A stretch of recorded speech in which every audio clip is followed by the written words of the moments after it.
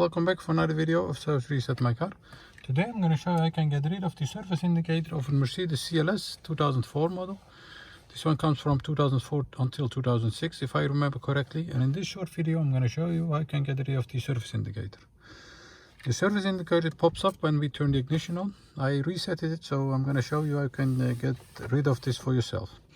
Okay, first of all, have the ignition on to the first position, like this. The first position is when the SRS indicator is the only indicator that shows up, pops up.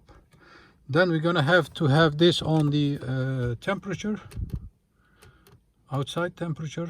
Once you're there, press 3 times this button on the left side, very quickly. 3. Once you've done that, you'll hear a small beep. That's when where you can enter the secret menu of the service. Press the arrow down button.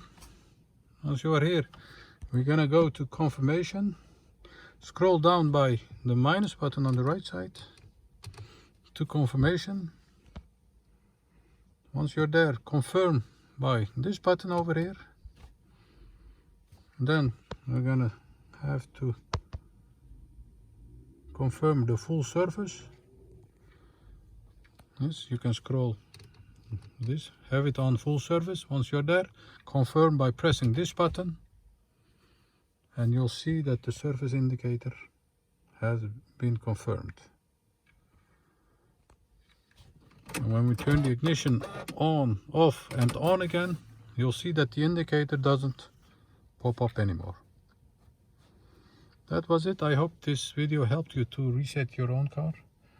Have a look at our channel for more than 500 other videos on how to reset different model cars.